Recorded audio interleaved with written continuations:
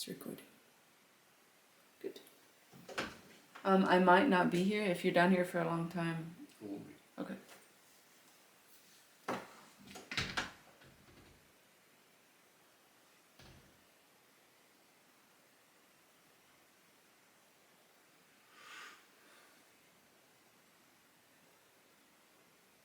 Hello, and welcome to what is, for me, kind of a momentous and almost kind of difficult, emotional podcast to make. Because in this episode, I'm going to be interviewing me. Because today, the launch of this podcast is my 60th birthday. Even just saying it out loud is painful. I'm old. Actually, have you ever noticed that?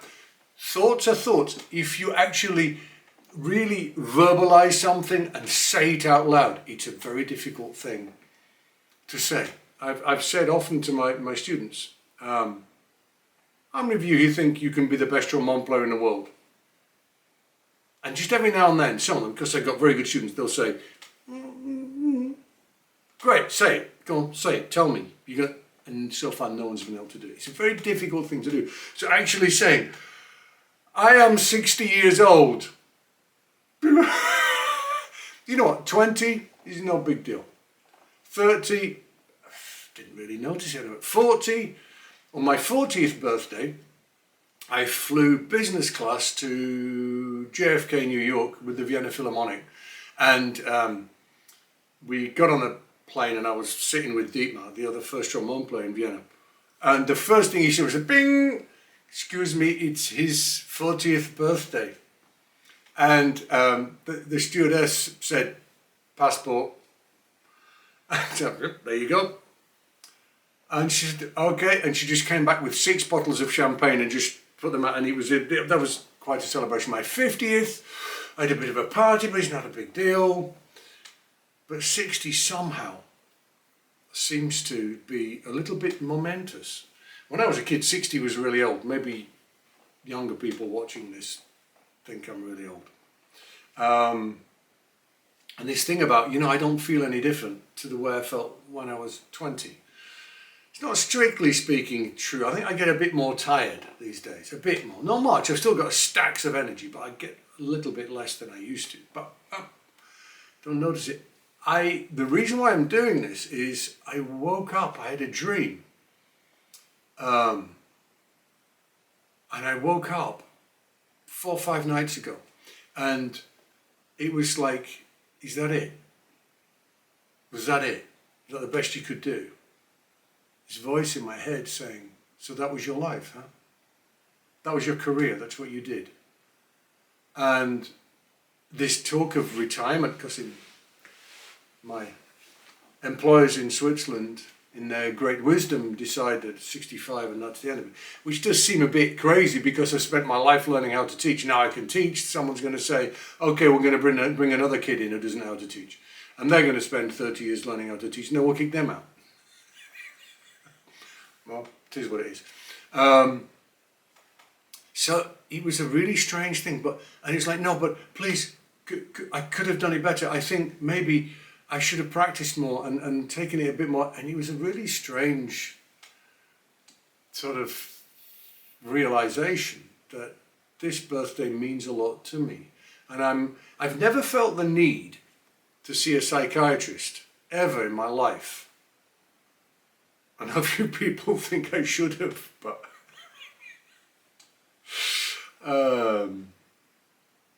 I've never really felt the need to have studied it because I think it's important, to help students, to sort of mentor people. But I've kind of felt like, I need to go and talk to somebody about this to get over this. It's really difficult. Anyway, that's my problem. Cheers to me on my 60th birthday. This is a very nice cup of oolong tea, by the way. It's very good. It's excellent. Very, very good. And I thought this would be seeing as I'm having these thought processes myself, I know there are a few people who watch these around about my age, looking at motivation through the ages. When I was a kid, I guess your first motivation is, wow, I can do this, I can play the trombone. And everyone says I'm really good at it. My dad says I'm doing really well. And then you get into brass bands, and then it's competitive. This is all very compressed, but it gets very competitive. You want the brass band to win, and then you do sort of like junior slow melody competitions, and you want to win those, and you don't, and the adjudicator's an idiot, and all that kind of stuff. And then your brass band wins some competitions, etc., etc. And you have these goals, these targets of, wanting to get into this college, or to get into this youth orchestra, or to win this job, and those things happen. But largely it was competitive about wanting to be the best and wanting to be, the best trombone player in the world, and really being driven by, probably back in those days, by testosterone. I don't think I have much of that left anymore. Driven goals, wanting Dennis Wick's job and getting that, and wanted to play more solos and doing that, and then wanting to become a teacher at the Royal Academy of Music, which I did way over 30 years ago. I did that, and it's all sort of goal orientated, wanting, needing. So, and then you get a bit older, you sort of hit your 30s, and the thoughts of, rather than being the best come in, it was kind of like wanting to be the best I can be starts to come in. Rather than being better than everybody else, it starts to become about being the best me I can possibly be. And that's when the journey of trying to be a better human being, and going on this journey of awareness and awakening, and perhaps you can call it spirituality.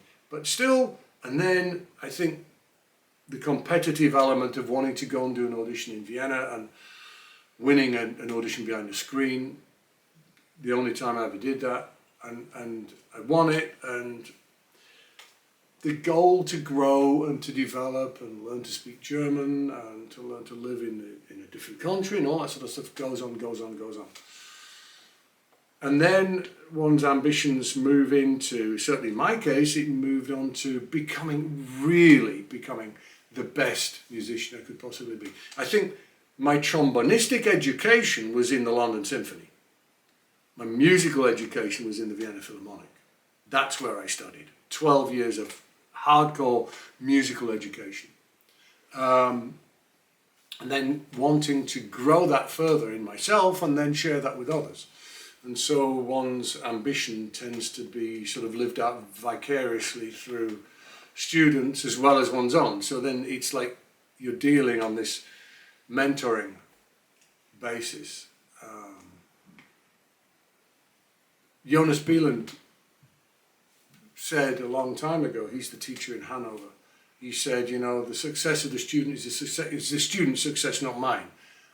Same with the failure. I think I've adapted that now, that I don't, and I kind of agreed with that. I don't see it that way now. I think it's like, we're in this together. This is our success and our failure. It's our project. We're doing this.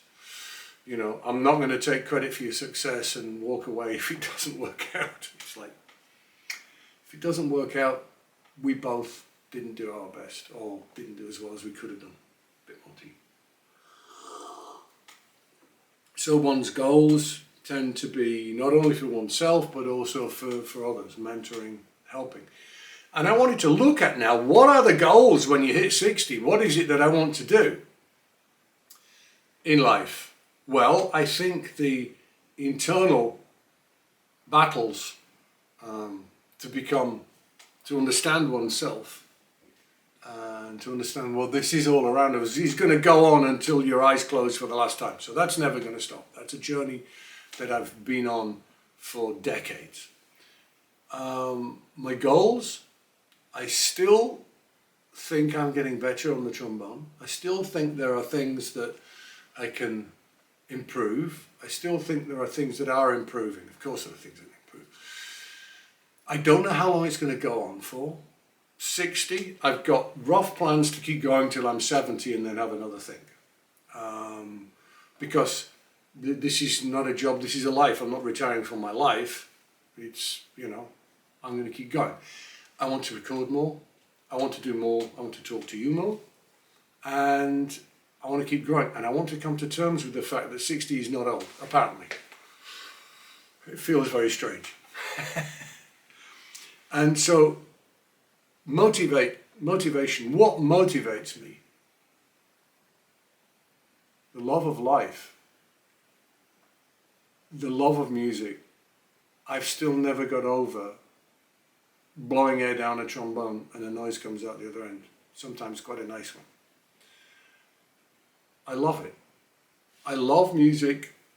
I love trombone playing more than I ever have. And so this kind of realization that the sands of time may be sort of ticking away. My career is indefinitely in its back end now.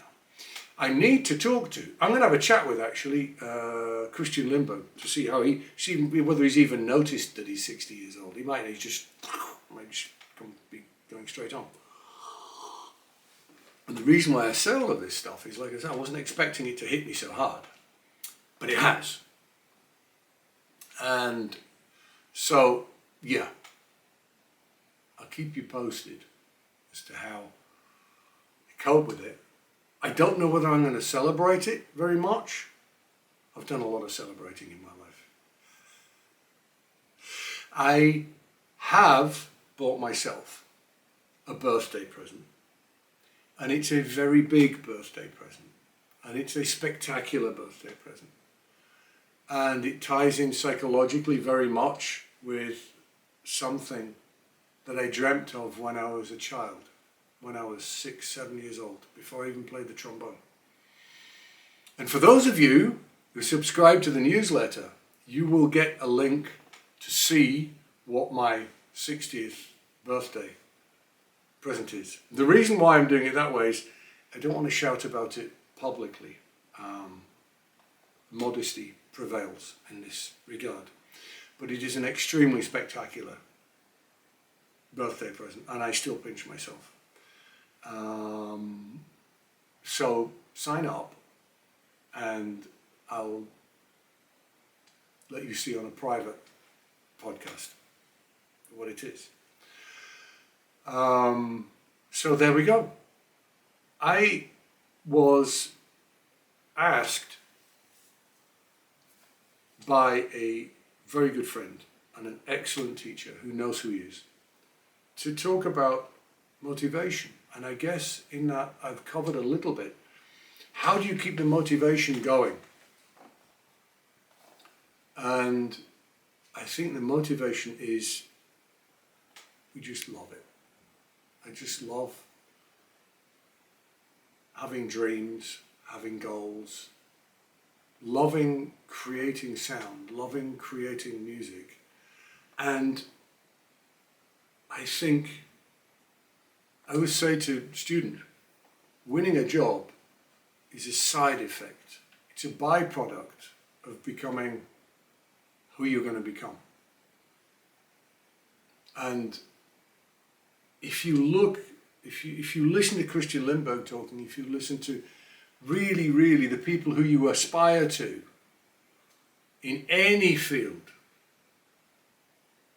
I can think of one or two exceptions. People who are blighted by their skill, by their brilliance, by their genius, rather than those 99% of people who are successful who just love it. And that's, I guess, what I continue to do. I want to continue loving what I do and loving this life for as long as I may. And somehow I'm going to convince myself that 60 is just a number.